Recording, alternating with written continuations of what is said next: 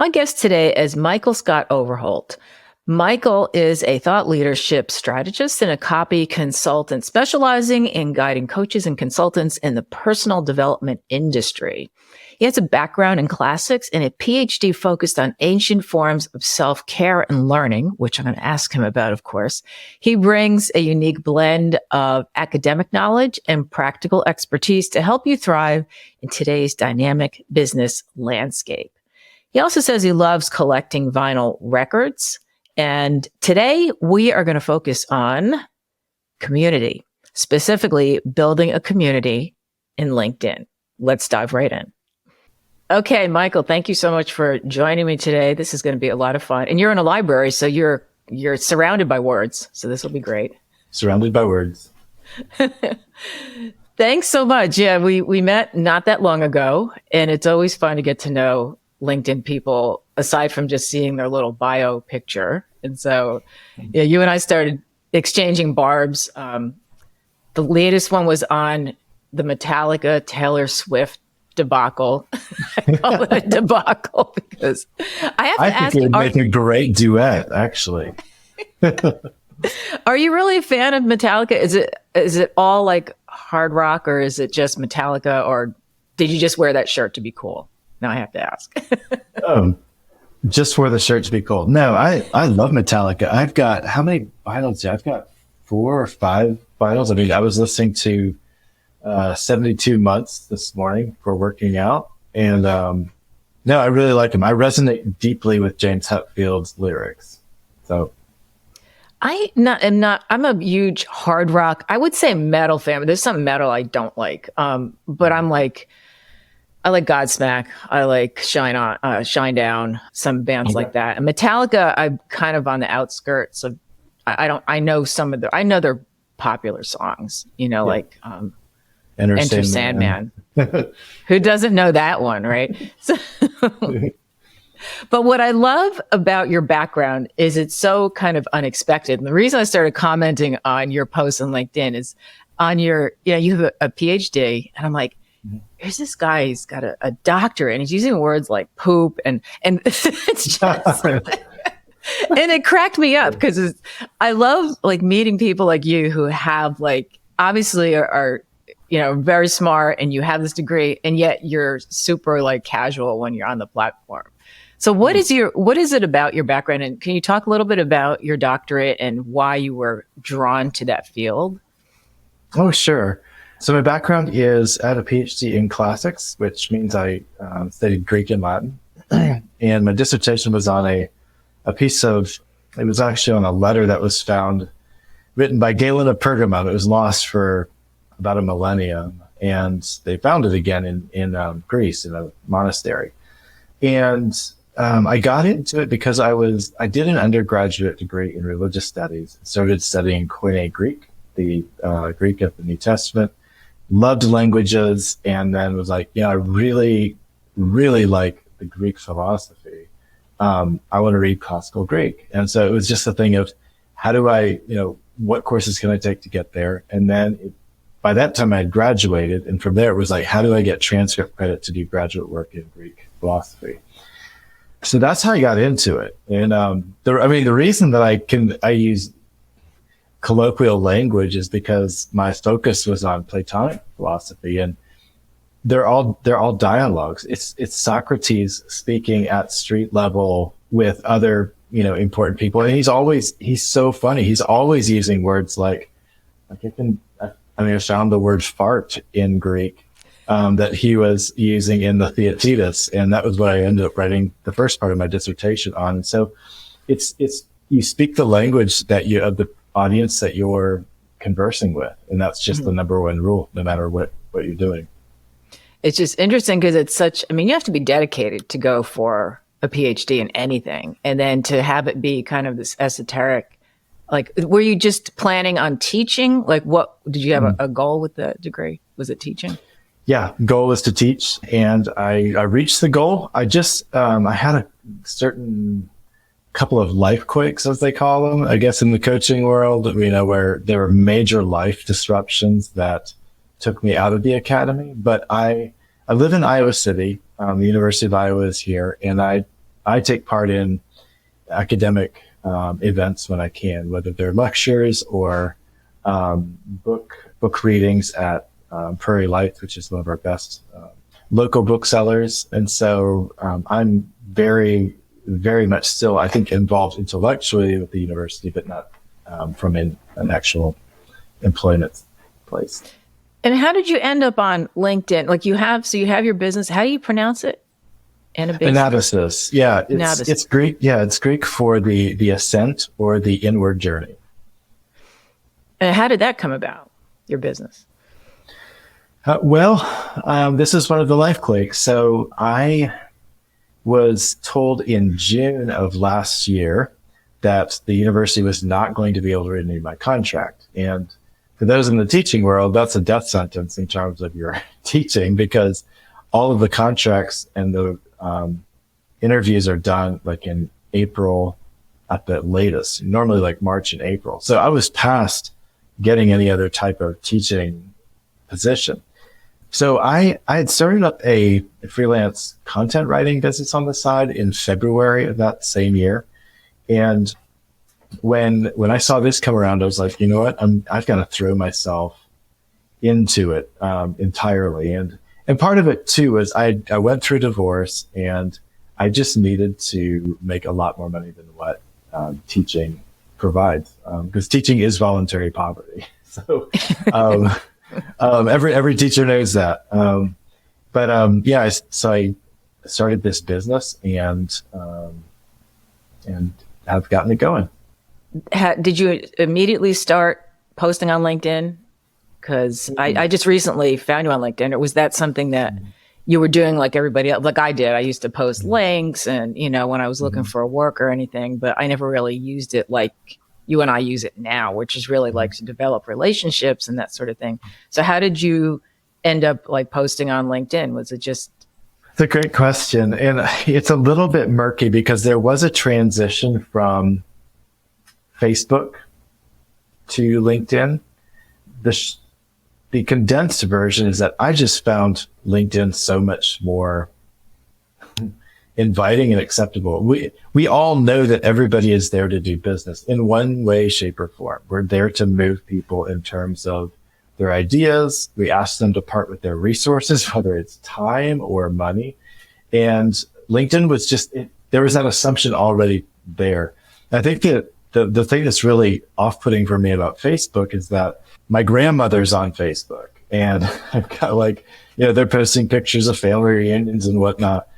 And I like to keep some of that stuff separate. And also I never know what people's intentions are necessarily on Facebook. So I gravitated towards LinkedIn because I knew that everybody was here for business. I assume that I'm fine with being pitched, when people feel like they can pitch me. I think there's an etiquette there though. But I do understand that we're here to do business, and that I find to be very comforting. Yeah.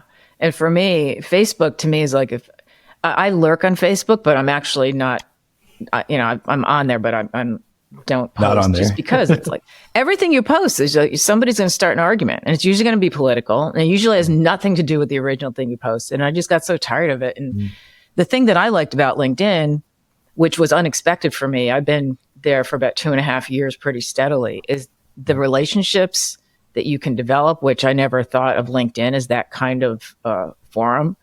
And, you can really meet people who are like, I found people are in general, they're very supportive. On Facebook, if someone doesn't like what you say, they're going to say exactly what they want to say and not filter any of it. And LinkedIn, people are like, for the most part, like I said, kind and, supportive and like, well, I disagree with you, but here's, it's kind of like you can have a back and forth that's not like nasty, which you're right. Yeah. No, I don't totally understand it, but it's much more professional in that way too.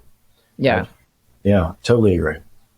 And so that brings us to communities, that's sort of gotten to be your specialty on LinkedIn. So tell me about what you do in creating communities and how that works for you.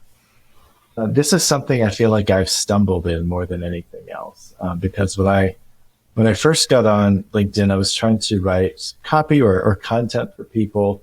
And the way that I did it, which I think is a great way, I actually was talking to a copywriter I'm training. I was encouraging her to do this. Is I began by writing.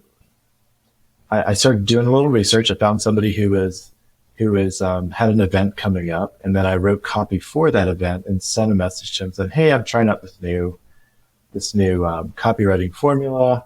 I'd love to have your feedback on it. If you like it, go ahead and post it, use it, whatever." And two things about that. One is it got me business really quickly because people are like, "Oh, I like this, but can you write this other thing for me? And what are your prices?" And that was a way in for them.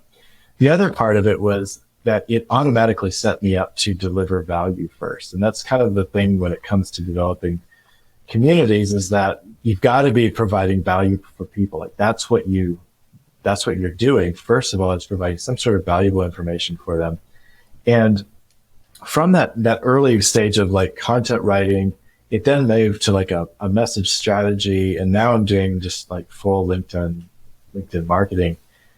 I began to see how much more fun it was to engage with people sincerely, authentically, and not having to push necessarily like business stuff up front. Yes, we're on there for business. I'm not speaking out of two sides of my mouth, but I don't have to pitch people with every single post. In fact, I prefer only to do it about once a week, saying, "Hey, if you're interested in my services, or whatever, to contact me." But it really is a thing of focusing on delivering value to people, and people feed off of that, and they throw their ideas back to me, and then I get to respond to them. And that's been one of the, you mentioned relationships. That's what relationships look like. And it has been incredibly rewarding, both with people who don't fit my target audience and with people who do fit my target audience. So, yeah, I agree. And I always hear, "Oh, you should, comment on people who are your target audience and look them up." And that has never really worked for me because I find people who, okay, this would be a good person. And, I look at, they never post, or the only thing they post is if it's a corporate event or it's, somebody just got hired or they're looking for help. And so I'm like, you know what, I'm just going to post on people that are fun. And so I just go through my, the timeline and just look at who's saying what. And yeah, if it's somebody that could be a potential client of mine, and I will pay a little more attention and be sure to comment, but it's not really, it just doesn't feel natural to me to just go on there and see who's saying, it's almost like being around the water cooler is how I compare it. Like I work at home for myself. So a lot of times it's the only interaction I have aside from going to the gym, and so it's kind of, I think it should be a mix, of the two, professional and just people who you think are fun. So, yeah, well, I think there's a latent point too with what you're saying. And that is, if you're relying entirely on your content to bring in your business, you feel like you do have to pitch like every single time. But if your business is coming in different ways on LinkedIn than just your copy, you can relax a little bit and you can have, I think, more fun with what you're doing. And so that was a huge freedom that I realized kind of at the beginning of this past summer, is that setting up a different construct for working LinkedIn meant that I could also have more fun with the content that I was writing for LinkedIn too. That was a massive, massive step for me this year. Yeah, because I love when you post the things about, like, you post personal stuff as well, not like highly personal, like you're baking, you bake things and you make these fun Sundays. Comments. Only on Sundays do I put So is that Sunday is the baking day? Well, Sunday's the post whatever the hell you want. It's like Sunday fun day kind of thing. That's what I've been doing that too. Like just on, do you find that you get a lot of engagement on Sunday? Because I find there's a lot of people. Yeah. There's people waking up late and they kind of want to just see what others are up to. It's been really strange. I've gotten some of my bigger, sense of engagement on Sundays. Yeah, me too. And it's something I've been trying to do. I try to post something that's kind of personal, but yet business related. Like last Sunday, I posted about a time I was interviewed by the Associated Press for an article that never saw the light of day. And so it was just the only picture I have of that interview. I was so excited about it. And even people, and this is when I was writing a ton of content for magazines.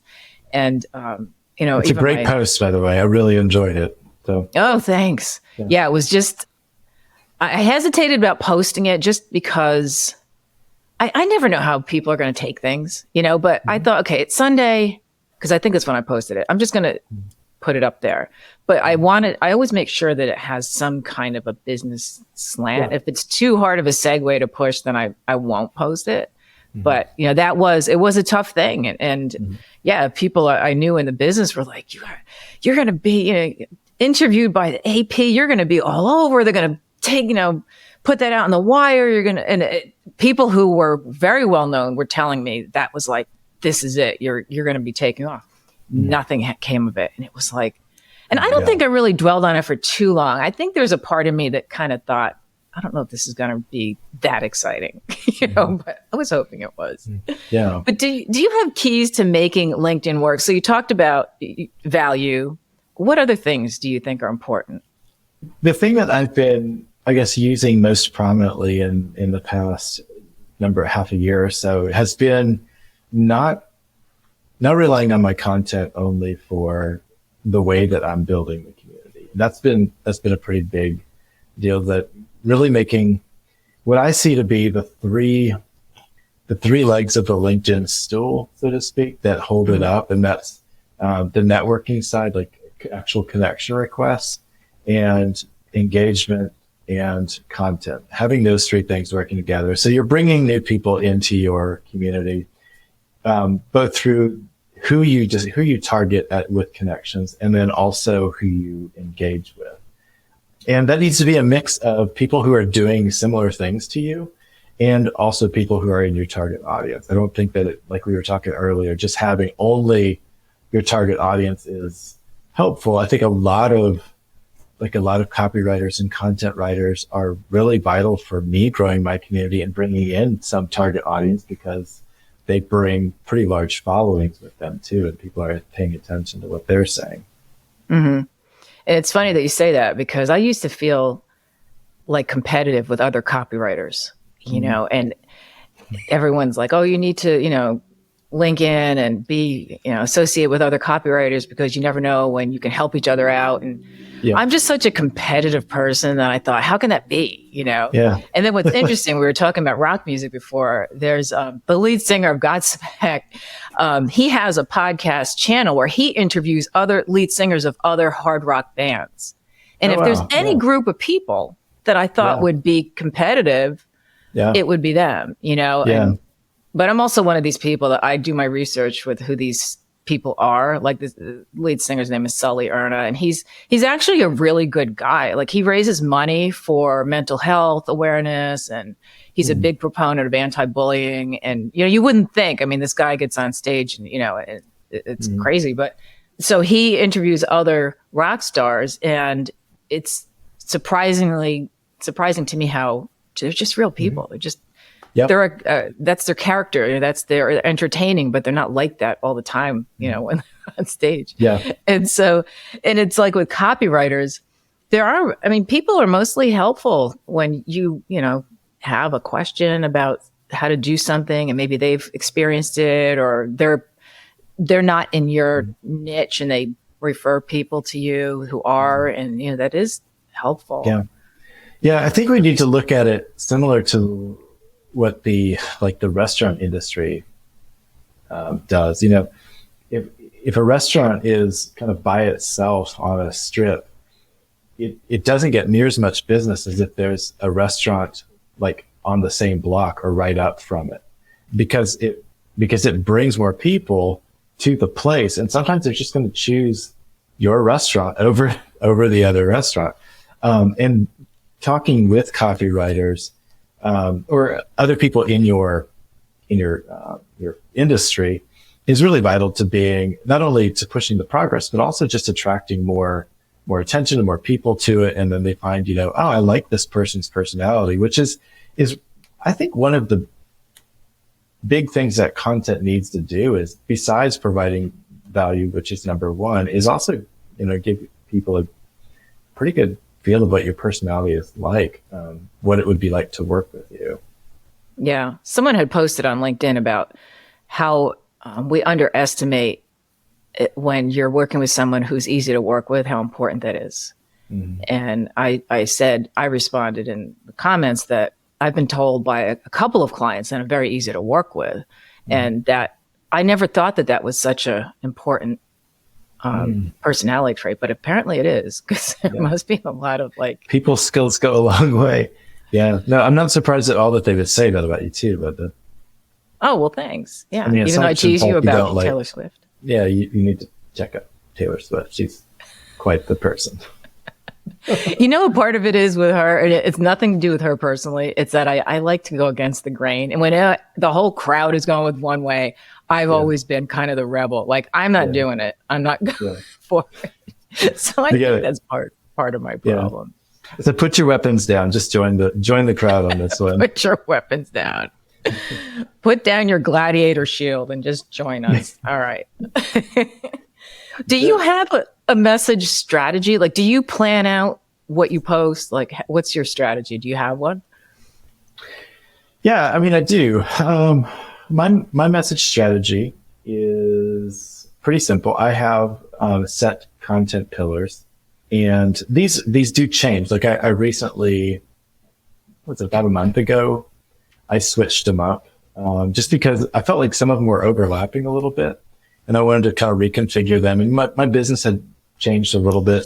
So I have content pillars, and then I create writing prompts based on those content pillars using chat. I plot them out over the next, however many months. I normally do 6 months at a time. You don't have to do that long, but they're just there to prompt me with an idea. And I found that really helpful because generally the week before, like on the Friday, I'll go in, make notes on what I want to write for each one, type them up. I get them all typed up within, and I'm not using chat to write for me, but it takes me about an hour and a half to 2 hours to type everything, just to draft everything. And then I kind of let them sit. And then so when Monday comes along, I've got Mondays ready to go, at least a rough draft of it. I brush it up some and post it, usually with a selfie. And because that's part of the personal branding thing. And I've got the week to go though. So, I'm not spending 2 or 3 hours on one post, which I just think is completely ridiculous. I've been trying to do that. And it's so funny because I just literally this morning was online looking at a planner for people with ADHD. Now, I've never been diagnosed, but I have such a hard time focusing and planning things. When I do it, it's great. It's like, wow, I have all these ideas already. And, I know where I'm going. But then I change my mind. Like, I don't want to talk about that. I mean, do you get that? Do you get to that day or do you not get specific on a day what you're going to post? Oh, no. I mean, that happens occasionally. It does happen occasionally. There was one that came up recently. It was like, I just can't post this today, but that's the anomaly. I mean, usually I can, with what I've written, it's very much focused on things I'm interested in my business and sharing that, I'm able to say, yeah, I can work with this, That was really probably out of the last 3 months, it only happened about one time where I was like, nah, I can't post this one today. I'm going to wait until next week or just push it back a little bit. And I found a place for it then the following week, but I had to just come up with something else that one day. And do you alternate do you do carousels? I don't think I've seen you post carousels. I've not. No. That's a good question. I don't do carousels. If you have a further question about carousels, I'm not against them. I like them, but I personally have chosen not to do them.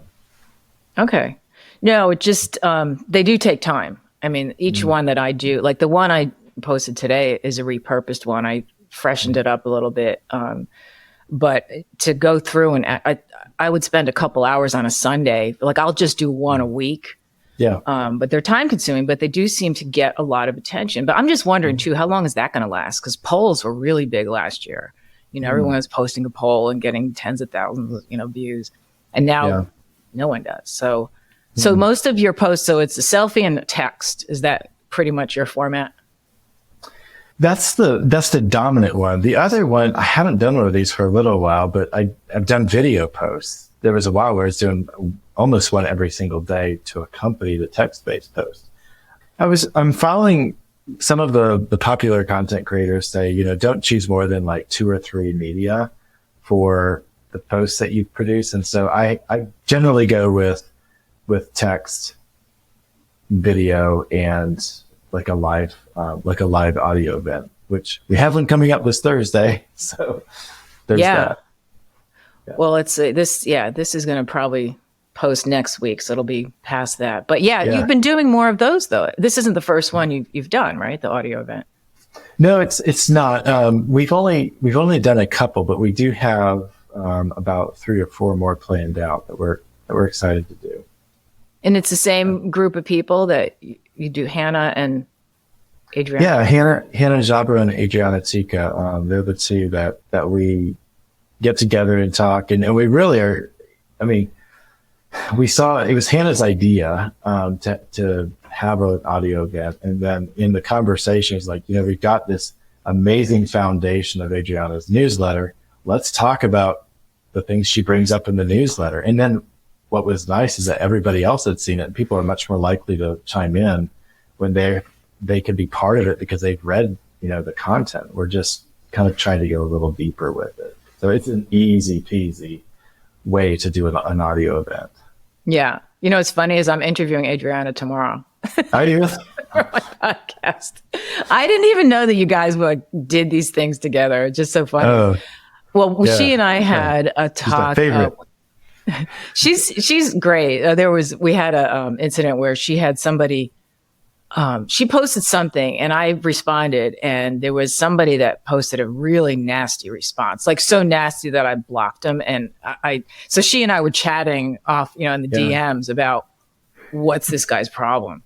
And I ended up, I told her I was doing I'll go into I'm a writer. The research is I just do all that. So I went into his, what he's usually posts and his DMs. He was nasty to everybody. So I said, okay, it wasn't just me. He hates everything. He hates the whole world. So I can kind of let it go on that note.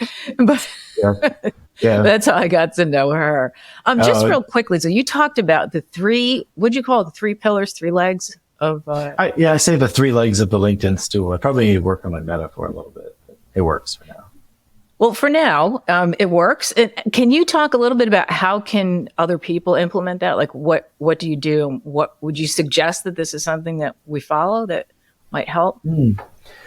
Well, I found it to be quite effective in getting work. Yeah. So connection requests, basically you create a message funnel for connection requests. There's the initial one that goes out, and you have follow-up messages. And you just need to know what you're directing people to in that way. And for me, I want people to know who I am, who they're working with. And so I want to be in a face-to-face conversation with them, doing something with what I do, which is writing. So I have what are called dynamic sessions, and that gets people, working with me in a completely free, and I promise not to ever pitch them in that ceremony, but they get to see what it's like to work with me. So that's the networking or the connection side of things. And then the engagement side of it is making sure that there are a couple of different types of people I think are really important for the engagement. One is industry leaders. Others are target audience. And then the third part, I think, is bringing in some of those new connections that making sure to engage with them outside of the DMs as well. So those are the 3 areas that I use for engaging.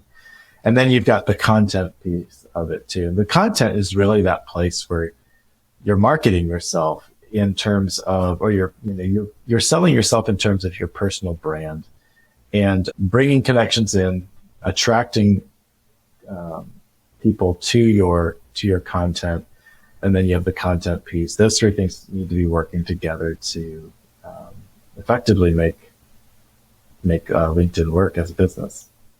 You sound very organized. You have I'm a systems guy. I like systems. I like things that I know where I'm at in the system. And I use the map metaphor often because the map is always in relation to where I've been and where I'm going. And I like that. I like seeing all of that. And when I don't feel like I can see where I'm going, that's a frustrating place for me. And I feel like I'm always trying to catch up. Yeah. And, I do like a system because it is a type of map. And, if you call that organized, I guess I'm organized. Well, I didn't say it as a bad way. I mean, I'm just saying I need to get better organized. What I'm saying, I have right in front of me now, I have like 3 planners. I'm looking for like the ultimate planner. And the only one that works for me is one where I can scribble on one side and organize things on the other. If I time block, I find that it helps me. But focusing is like my biggest challenge. So I envy people who are like, I have these 3 pillars and I have, the schedule. And I'm like, I need that gene. I don't have that. I would really look to exploit your superpower of just being, did you say you have ADD or? I have not been diagnosed with it, but it's pretty obvious from everything I've read. I just have a really hard time like sticking with one thing. Yeah. Yeah. I don't know. I mean, I think that there's some of the most, powerful thinkers and writers have used that to their advantage. Finding a system is all about, working with what you've got and you finding like building that into it, I think is always really, really important. And, you've also obviously got some incredible talent when it comes to thinking and writing. Just in the short time I've known you, you've demonstrated that personally to me, but then also looking at the archives of work that you've done, it's easy to see all of that. So you've got, all of those materials. I think it'd be fun to look at what kind of system do you have already? And, are there things that you could just maybe be more aware of what your system is so that you feel more in control of it? Yeah, that's a great point. I mean, the things that work for me is I use, is it called Air Story? It's a former copywriting coach of mine came up with this. She created the software for writers, and it's literally you make these little note cards and you move them. It's a drag and drop into columns, and that helps a lot. Things like that. But I usually have like 3 or 4 things like that open at all times because I have to. But it does work for me. So, yeah. And I always tell myself I'm going to cancel some of the software that I'm not using, and then I never do. I just use it all. I guess I'm using everything. You need all of those tools at your disposal. It's hard to let go. I do. I think I have like this mental hoarder's mentality where I have to have a lot of stuff around me all the time. Like when I find that, like I just got on, I'm doing some clips on a podcast and it says, you have like 654 minutes. And I'm like, great. And like, I will never use a fraction of that, but I love knowing I have all of this available to me. And so I started throwing podcasts in it to get clips and, that's me. Where can people find you? Obviously on LinkedIn, right? Is there any other place that you hang out? Let's just leave it at LinkedIn. Okay. All of my stuff is there in terms of my email address and whatnot. I'm enjoying keeping it to one platform right now. I know that eventually I will need to expand a bit. But for right now, that's where it is. Okay, awesome. Well, thank you so much for being here. I really appreciate it. This has been a lot of fun, as I knew it would be. Thank you, Linda.